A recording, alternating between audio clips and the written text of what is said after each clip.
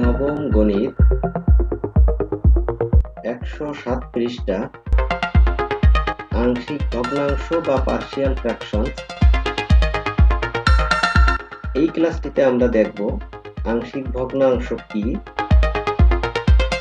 আংশিক ভগ্নাংশে ধ্রুবক কিভাবে ধরা হয়, সহগ সমীকৃতকরণ কি, কখন সহগ সমীকৃতকরণ করতে হয়, সমীকৃতকরণের মাধ্যমে কিভাবে ধ্রুবকের মান নির্ণয় করতে হয়। আংশিক ভগ্নাংশ বহুপদীর ভগ্নাংশ রাশিকে একাধিক ভগ্নাংশে বিভক্ত করে লিখলে বিভক্ত প্রতিটি অংশকে আংশিক ভগ্নাংশ বলে। যেমন এখানে 5x - 7 divide x - 1 into x - 2 কে আমরা দুইটি ছোট আকৃতির ভগ্নাংশ তথা 2/x - 1 প্লাস 3/x - 2 এই আকারে যখন প্রকাশ করেছি, তখন এই যে 2 ডিভাইড x - 1 এবং 3 ডিভাইড x - 2 এই দুইটি ভগ্নাংশ প্রত্যেকটিকে বলা হয় আংশিক ভগ্নাংশ। ঠিক একইভাবে 2 নম্বরে প্রদত্ত ভগ্নাংশটির আংশিক ভগ্নাংশ পেয়েছি 3টি। আংশিক ভগ্নাংশে ধ্রুবক কিভাবে ধরা হয়? প্রতিটি আংশিক ভগ্নাংশে হরের ঘাত অপেক্ষা লবের ঘাত 1 কম হবে এবং প্রতিবার পুনরাবৃত্তির জন্য একই ঘটনা ঘটতে থাকবে। বন্ধুরা, এখানে আমি 3টি বহুপদীর ভগ্নাংশকে আংশিক ভগ্নাংশে প্রকাশ করেছি। যে আংশিক ভগ্নাংশগুলোর দিকে লক্ষ্য করলেই দেখা যায় যে প্রতিটির হর অপেক্ষা লবের ঘাত 1 কম রয়েছে। যেমন লক্ষ্য করো, প্রথম এই উদাহরণটির প্রথম আংশিক ভগ্নাংশে হরে রয়েছে x - 1 যার ঘাত 1, নিয়ম অনুযায়ী লবের ঘাত আসবে 0। বন্ধুরা, এখানে যে a দেখা যাচ্ছে, এই এটি কিন্তু একটি ধ্রুবক হিসেবে ব্যবহৃত হয়েছে। তো আমরা জানি ধ্রুবকের ঘাত সর্বদা 0 হয়ে থাকে। যেমন আমরা a কে লিখতে পারি a ইন্টু 1 এর পরিবর্তে আমরা লিখতে পারি x টু দি পাওয়ার 0 বা যে কোনো একটা চলকের মাত্রা 0 আনতে পারি এবং তা থেকে বোঝা যায় যে এই পদটি ax টু দি পাওয়ার 0 যে পদটি তার ঘাত হলো 0, অর্থাৎ এই যে ধ্রুবক a তার ঘাত 0। এভাবে দ্বিতীয় যে আংশিক ভগ্নাংশটি রয়েছে তার হরে রয়েছে x - 2 এবং লবে যে b এসেছে তারও ঘাত কিন্তু 0। 2 নম্বর উদাহরণটির প্রথম উৎপাদকটি একঘাতি রয়েছে এবং তার উৎপাদক এসেছে একটি ধ্রুবক।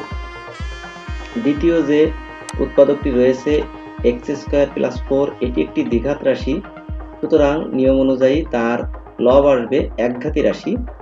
আমরা যেটিকে দেখতে পাচ্ছি bx + c। লক্ষ্য করো, এই bx + c কিন্তু একটি একঘাতি রাশি, কারণ এখানে প্রথম পদ bx যার ঘাত কিন্তু 1। এখানে একটি বিষয় লক্ষ্য করো যে প্লাস যে সিটি এসেছে এটি কেন আসলো। বন্ধুরা, তোমরা হয়তো জানো যে বহুপদীর যে আইডিয়াল ফরম্যাট রয়েছে সেখানে কিন্তু বলা হয়েছে যে বহুপদী সবসময় ধ্রুব পদ দিয়ে শেষ হয়। তো আমরা যেহেতু এখানে একঘাতি একটি পদ দিয়ে রাশিটি শুরু করেছি, সুতরাং তার ঠিক পরবর্তী আরেকটি পদ নিয়ম অনুযায়ী শূন্যঘাতী পদ আসবে, যেটিকে আমরা টি দিয়ে প্রকাশ করেছি। ঠিক একইভাবে 3 নম্বর উদাহরণটিতেও আমরা একঘাতি এই যে x - 1 এর জন্য লবে একটি শূন্যঘাতী রাশি অর্থাৎ একটা ধ্রুবক a এনেছি এবং x - 1 এর পুনরাবৃত্তির জন্য একই কাজ আবারও করেছি। পরবর্তীতে x² + 1 এই উৎপাদকের জন্য একটি একঘাতী রাশি cx + b এনেছি। তারপর তার পুনরাবৃত্তির জন্য একই কাজ আবার করা হয়েছে। সহগ সমীকৃতকরণ কি? অভেদের উভয় পক্ষে x এর একই ঘাতযুক্ত পদের সহগদ্বয় পরস্পর সমান। যেমন আমি এখানে একটি অভেদ লিখেছি ax² + bx + c identically equal to bx² + qx + r। এর ক্ষেত্রে উভয় পাশে একই ঘাতযুক্ত পদ যেমন ax² এবং ডান পাশে রয়েছে px²। যাদের সহগ এ এবং পি পরস্পর সমান, একইভাবে বি এবং কিউ এবং সি এবং আরও সমান। কখন সহগ সমীকৃতকরণ করতে হয়? বহুপদীর ভগ্নাংশে হরের এক বা একাধিক উৎপাদকের ঘাত একের অধিক হলে সহগ সমীকৃতকরণের প্রয়োজন হয়, কারণ তখন এক্স এর মান বসিয়ে সবকয়টি ধ্রুবকের মান সরাসরি পাওয়া যায় না।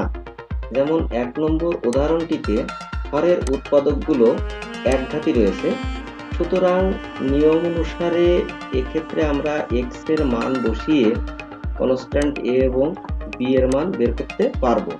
কিন্তু ২ নম্বর উদাহরণটিতে লক্ষ্য করো, কাগজ কলম ছাড়াই ১ নম্বর এই সমস্যাটির সমাধান মুখে মুখে কিভাবে করা যায় সেটি জানতে এখানে আই লিঙ্কে দেওয়া ক্লাসটি করে আসা যেতে পারে।